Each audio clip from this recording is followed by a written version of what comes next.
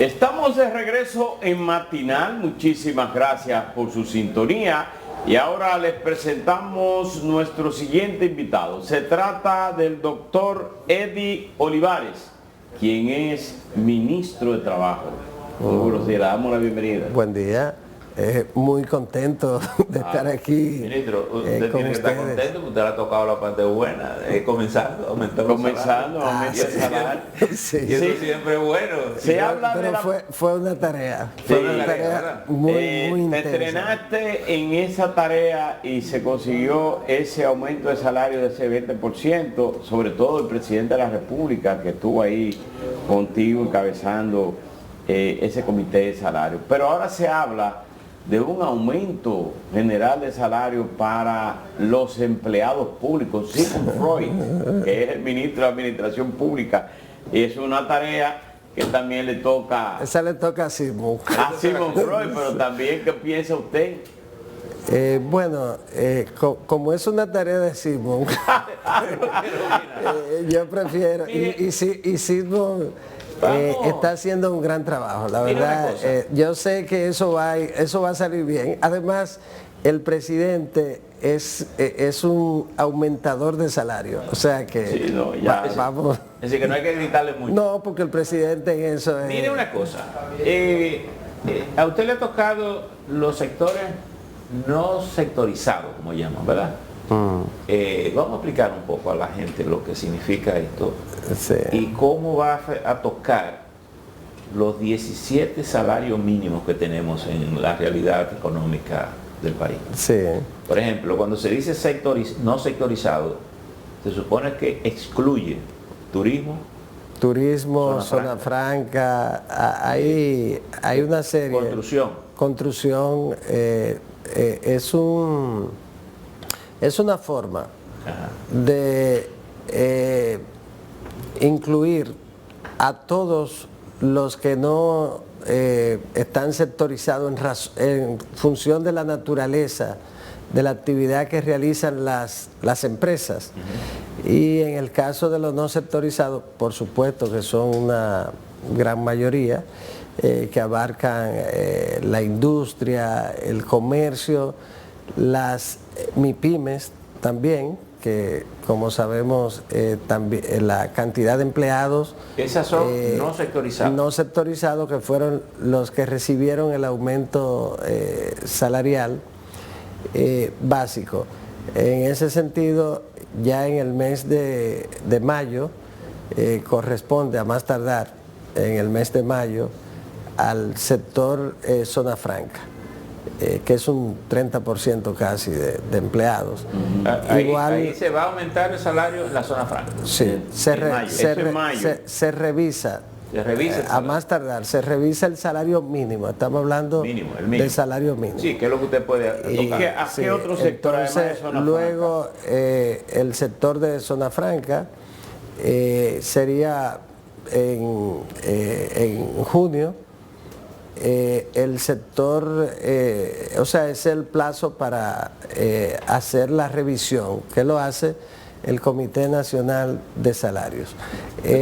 Otros sectores como el sector construcción, por supuesto que también hay que revisarlo, y hay una gran cantidad de sectores también que tratan ahora de pertenecer a los sectorizados. Pero es un tema el hecho de que hayan tantos sectores para los fines del salario mínimo. Por ejemplo, en el caso de turismo, por el proceso de inicio, de incentivo, etcétera, para el crecimiento de la industria, igual que lo de zona franca, por la mano de obra es la clave. Pero ya las zonas francas han avanzado también, no son las zonas francas exclusivamente de textiles, que fue como se inició, sino que hay zonas francas tecnológicas. Y aquí se producen elementos médicos de alta tecnología, sí, y que reconocido a nivel mundial. y por supuesto también producto propio de la tecnología de punta. De modo que ya no se trata sencillamente de la zona franca textil en la que el salario era un salario muy deprimido. Sí, textiles y zapatos. ¿Usted sería partidario de reducir la cantidad de 17 salarios mínimos? Hay que revisarlo. Yo pienso que muchas cosas ya no son como, por ejemplo, en los años 90. Cambiaron y el país ha avanzado y en consecuencia hay que revisar esos sectores también. Hay que hacerlo porque hay que trabajar para que haya un salario mínimo digno. Estamos luchando para superar la informalidad y la informalidad también tiene que ver mucho con el tema del salario. Igual que la importancia de un salario justo para que el empleo sea de calidad. El salario no es el único componente, son muchos componentes, desde el ambiente laboral, la propia seguridad social en lo que tiene que ver con la garantía. Cuando usted es informal no entra la seguridad social. Entonces, la razón principal por la que es importante superar la informalidad, que en este momento, aunque en toda América Latina existe el problema de la informalidad, pero nosotros tenemos que superarla y colocarnos en un lugar en los indicadores que esté acorde con el proceso de desarrollo que hemos tenido, de un crecimiento sostenible y un país que en este momento es un referente en la región. Entonces, la idea de tener empleos de calidad, el propósito de tener empleos de calidad, que es una de las metas fundamentales nuestras, y por supuesto cambiar los números de un 54 negativos a sobre un 50% en la informalidad. Ese es el propósito en los próximos 3 años del gobierno. En el pasado proceso legislativo que concluyó y que se inicia precisamente a partir de esta semana, con la legislatura que se inició el 27 de febrero, pero quedaron pendientes 2 temas que tocan directamente con el Ministerio de Trabajo. Está el proyecto por aprobarse sobre el salario. Me gustaría saber, no aumento de salario, sino el código de trabajo, el código laboral. Y también la reforma a la seguridad social. Me gustaría conocer cuáles son las ideas que tú vienes, que se te han acercado empresarios. Cuéntanos. Sí, son de las 2 grandes reformas, y el compañero Luis Abinader ha planteado siempre su propósito de ser recordado también como un presidente reformador, y en ese sentido la reforma del Código de Trabajo es necesaria. Tenemos el propósito de que se haga lo antes posible, porque es un código que se va volviendo cada vez más anacrónico. Es un código del 92, 33 años sin recibir una reforma integral. En ese sentido, ya iniciamos la misma semana que asumimos el ministerio, recibimos la visita del presidente del Senado, Ricardo de los Santos, que es donde se está conociendo el proyecto de reforma, que fue consensuado en un 99%, y esa es una buena noticia. Y en ese sentido el proyecto ya está en comisión. Cholitín es el presidente de esa comisión, que hace un gran trabajo porque tiene mucha experiencia tanto en el tema sindical, en el tema laboral, como la propia seguridad social. Sin embargo, en el principal tema no parece que no ha habido posibilidad de construir un consenso, una salida, que es la cesantía. Sí. La cesantía es una cultura laboral y yo pienso que sí, hay que... Es una cultura que tiene trancado el juego. Sí, pero hay que trabajar el tema.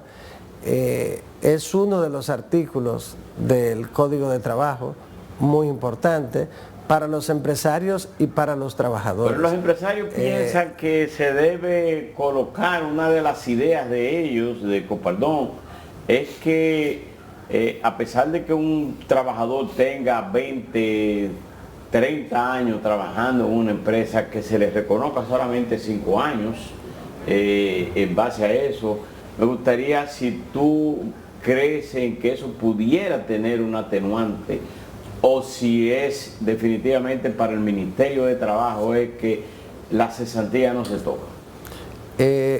Yo pienso que no se puede cerrar nunca el diálogo. Y en ese sentido los empresarios tienen su visión sobre el tema. Por supuesto, ellos defienden sus intereses, los líderes sindicales defienden los de ellos y tenemos la fortuna de que en este momento, como nunca antes en la historia de la República Dominicana, el liderazgo empresarial tiene un gran compromiso con social y una visión clara de la importancia de seguir consolidando el desarrollo del país, y se demostró eso en la aprobación del salario mínimo, que a pesar de que ellos argumentaban que habiéndose producido una inflación acumulada de 6.5 después del último aumento salarial del 2023 y de apenas 3.3, 3.5 en el último año, no tenía ninguna razón de ser un aumento tan sustancioso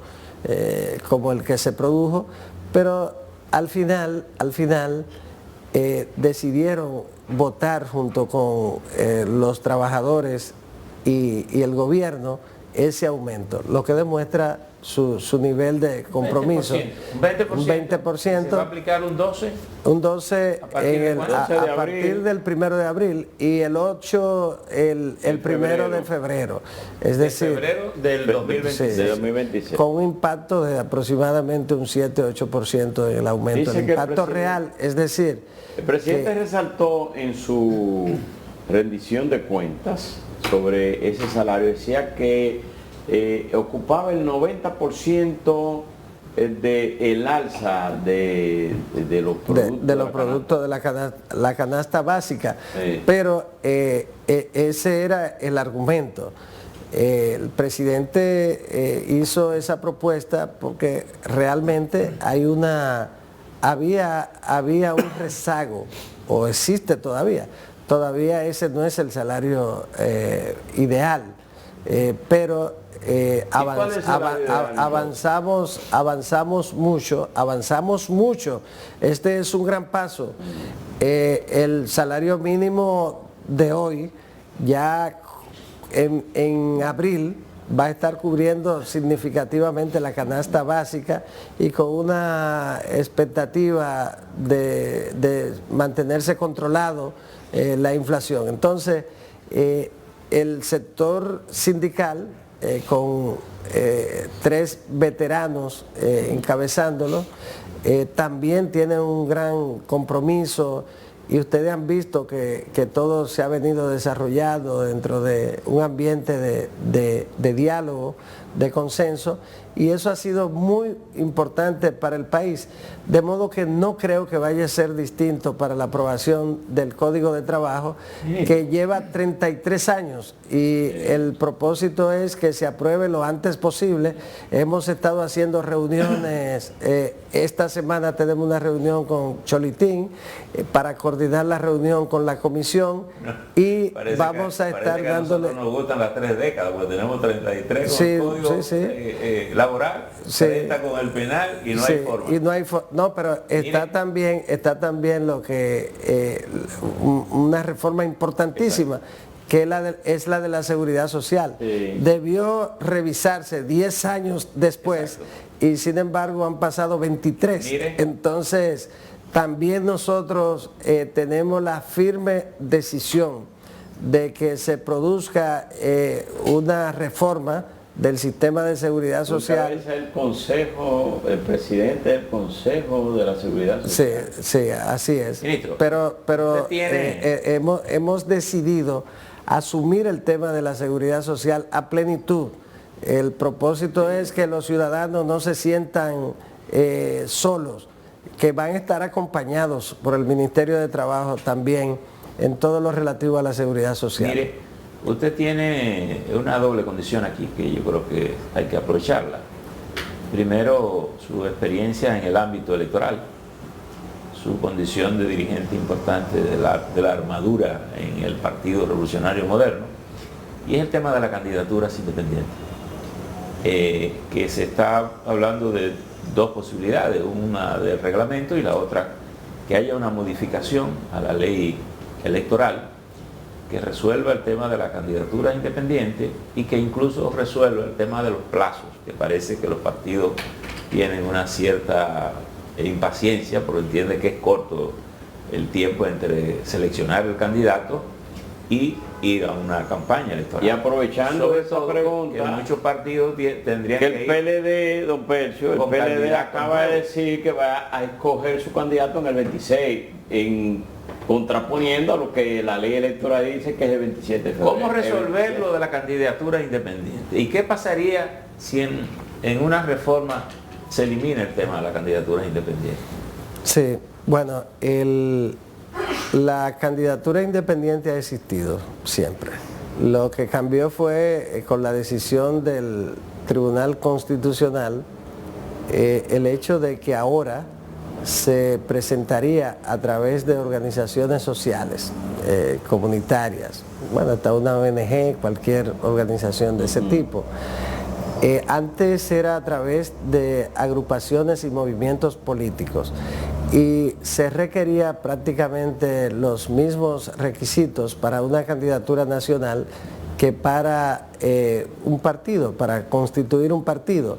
El núcleo de la sentencia del Tribunal Constitucional, como consecuencia del recurso de la que fue apoderado y que ese recurso estuvo elaborado además de por el recurrente, que es un muy buen abogado, por Eduardo Jorge, que es el maestro del constitucionalismo, y además Eduardo tiene también la doble condición de, además de ser el maestro del constitucionalismo, tener una experiencia política. Sí. Eduardo, desde que éramos muy jovencitos, ha estado militando políticamente, ha tomado partido Eduardo siempre, y en ese sentido tiene esa experiencia. Bueno, Eduardo fue, la oficina de él fue la que manejó el tema. ¿Qué ocurre? En ese recurso se argumentó que no, ante el hecho de que los partidos políticos, de conformidad con la Constitución, y conforme a ese criterio, no tienen el monopolio de las candidaturas a cargos de elección popular.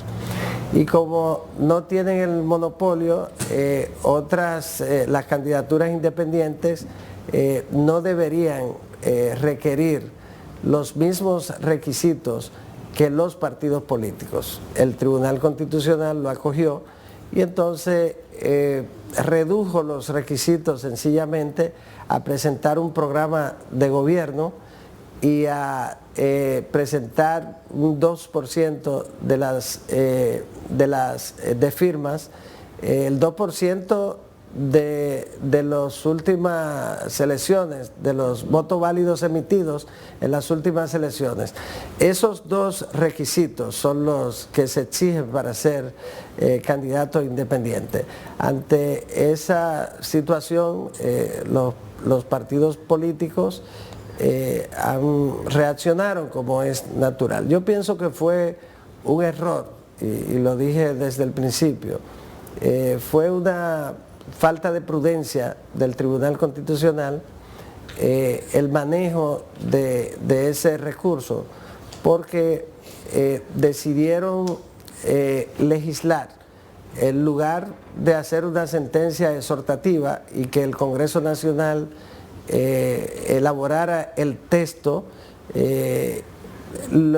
ellos mismos parcialmente elaboraron el texto. Un error en un tema que afecta un derecho fundamental, que es el derecho al sufragio, y sobre todo por la delicadeza del manejo de los sistemas electorales. ¿Cómo resolver el problema ahora? Por ejemplo, habría posiblemente que reformar la Constitución, porque en el nivel presidencial es una fórmula que abarca un candidato presidencial y un candidato vicepresidencial. Si es independiente, sería un candidato presidencial independiente y un candidato vicepresidencial independiente. No es posible hacerlo desde el punto de vista constitucional, porque es una fórmula que debe presentar la organización política, y en ese sentido sería imposible de implementar. Igual en la sucesión... Habría que votar por el presidente y por el vicepresidente. No, que usted no puede presentar... De manera separada. Bueno, sí, si es candidato independiente, la sentencia no establece fórmula. Si la fórmula permite que un ciudadano o ciudadana se presente como candidato independiente y llene los requisitos, y se requiere una fórmula presidencial, pues se supone que se le debe admitir un candidato presidencial. La fórmula es de dos. El candidato independiente es uno. Habría que legislar en ese sentido. Bueno, pero por eso le digo, ¿cómo resolver ahora el problema? Bueno, el problema se resuelve... ¿Usted considera que ha sido una imprudencia? Sí. El problema... Una ley para reformular, entonces... Sí.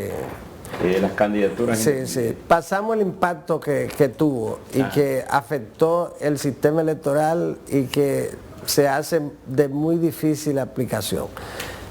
Yo lo digo así, pero es una sentencia que hay que acatar. Sí, yo no creo que, yo estoy en contra de cualquier tipo de desacato. Y en el ejercicio ha sido así. Cuando fui fiscal, usted llevaba una sentencia con autoridad de cosas juzgadas y yo la ejecutaba. Pero los partidos están de acuerdo en hacer una ley. Pero hay que hacerla. Ahora, en cuanto a la pregunta, yo estoy de acuerdo desde el principio, planteé que debía aprovecharse la situación y hacer la reforma, una nueva reforma de la ley orgánica del régimen electoral. La 2023, que es nuevecita, pero como el Tribunal Constitucional y en su momento el propio Tribunal Superior Administrativo... ¿Dos artículos de la ley? No, hay varios que el Tribunal, entonces, varios, no es ese solo. Bueno, entonces hay que aprovechar para... El tema de las redes sociales. Hay que aprovechar para hacer la reforma. Pero no es la ley orgánica del régimen electoral.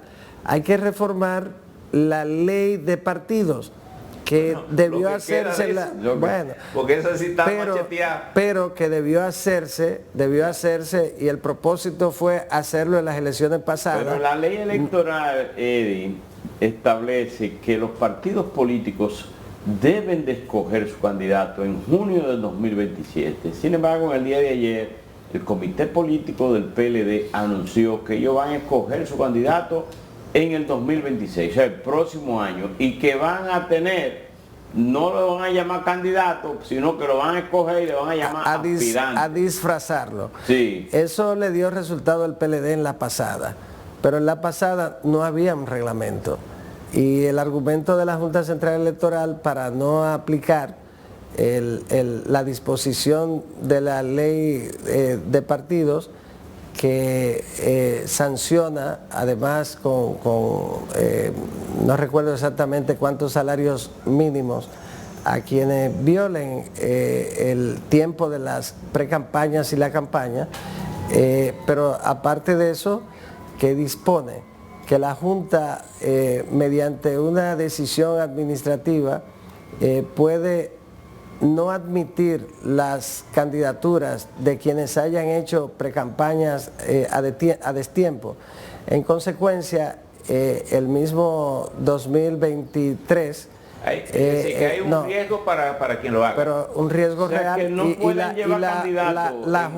La Junta estaría obligada a aplicarlo. Eso hay que explicárselo a los aspirantes, que en este momento no son precandidatos ni candidatos, son aspirantes, que existe ahora una decisión reglamentaria de la Junta Central Electoral que mandaba el propio, la propia ley y que ya existe ese reglamento. Y la sanción es no permitirle que sea candidato. Crea también un departamento de seguimiento a la campaña a destiempo. Y en ese sentido ya está creado. Y por lo tanto, quienes hagan pre-campaña a destiempo están sujetos a que no se les admita las candidaturas, no solo a presidente, sino a cualquier otro cargo. El PLD tiene que entenderlo y no creo que se van a arriesgar, ni tampoco creo que la Junta Central Electoral ponga en juego su autoridad, porque no tendría argumento para no aplicar esa resolución. Y nosotros tenemos que cuidar también la Junta y la autoridad de la Junta. No podemos, sí, y no podemos colocarla en una situación de dificultad. Nosotros en el PRM podríamos ser los primeros que apoyemos ese tipo de cosas, porque ya el candidato presidencial de nosotros, el presidente de la República, no va a ser candidato, los otros aspirantes no han sido candidatos nunca y por lo tanto les convendría un proceso, pero el PRM apoya todo lo que implique la aplicación de la ley y nosotros no vamos a permitir en el partido. Pero están los partidos campaña de tiempo. Esa ley, esa nueva ley, ese nuevo proyecto de ley para... No, es que no es construyéndola, es que está el reglamento. El reglamento se hizo en... No, pero a partir de la decisión del Constitucional y a partir de la premura que tienen los partidos, la modificación de la ley pudiera darle un mayor espacio. Claro, es lo ideal, pero hay que trabajar temprano la reforma de la ley de partidos. Es necesario. Pero y ahí por eso le hago la pregunta, porque normalmente trabajamos deprisa, cosas que son importantes, y luego hacemos todo eso. Claro. Bueno. Y en la ley de partidos, además, es importante para establecer en ella un texto para el transfugismo de candidaturas, de modo que quienes aspiren, como lo establece la ley, pero en un texto defectuoso y que lo señalamos siempre, y que fue lo que le permitió al presidente Fernández, después de haber sido precandidato en el Partido de la Liberación Dominicana, convertirse en candidato de otro partido, de Fuerza del Pueblo, y la Fuerza del Pueblo. Entonces, ahora hay que redactar un texto conforme al criterio en ese momento del Tribunal Superior Electoral y luego de el propio Tribunal Constitucional, de modo que quien sea precandidato por un partido no pueda entonces serlo por otro en las mismas elecciones. Eso es importante. Y creo que hay que aprovechar también para ahora temprano reformar la ley 3318 del partido político también y por supuesto el tema de los candidatos independientes, que tampoco es una preocupación para nosotros. A mí me gustaría que todo el que quiera ser candidato independiente, incluyendo muchas figuras que creen que es tan fácil hacer política, que lo hagan para que vean lo que es hacer política y se presenten. Solamente tendrían que hacer lo siguiente: buscar 34.000 cuadros, 38.000, para ser delegados y suplentes en cada colegio electoral, pero no en los colegios ubicados en Santiago, en el distrito, es en cada rincón del país. Luego se busca en 4.500 recintos electorales 15 personas en 4.500, 15 por 4.500 da como 100.000, ya van 134.000. Y tener trabajando en todo el país, en todo el territorio nacional, aproximadamente 200.000 personas durante los 4 años resolviéndole los problemas a la comunidad, cuando muere alguien buscando el ataúd, cuando necesita una receta, buscando la receta, cuando necesita que un transformador se dañó, resolviéndolo. Pero no me refiero al partido de gobierno, a los partidos grandes. Esa es la tarea de los cuadros de los partidos de abajo, la que mantiene esta democracia y esta estabilidad. Entonces, cualquier independiente, lo único que tiene que hacer es eso. Bueno, es fácil. Muchísimas gracias. Venías asiduamente como vicepresidente del PRM, como alto dirigente, como amigo, ¿verdad? De aquí, de la familia del Grupo Telemicro, y ahora en tu condición de ministro de Trabajo. Sí, venimos más. Bueno, yo soy parte de la familia, es un vínculo de muchos años, de muchachos. Y por lo tanto, cuando me convocan aquí, lo hacen democráticamente. Venga mañana. Entonces, yo, como es tan democrático, yo siempre estoy aquí. Muchísimas gracias. Fue la entrevista con el ministro de Trabajo, el doctor Eddie Olivares. Ustedes, amigos televidentes, muchísimas gracias por su sintonía y le agradecemos que mantenga la sintonía con el grupo de medios Telemicro. Nos vemos mañana en una nueva jornada de matinal.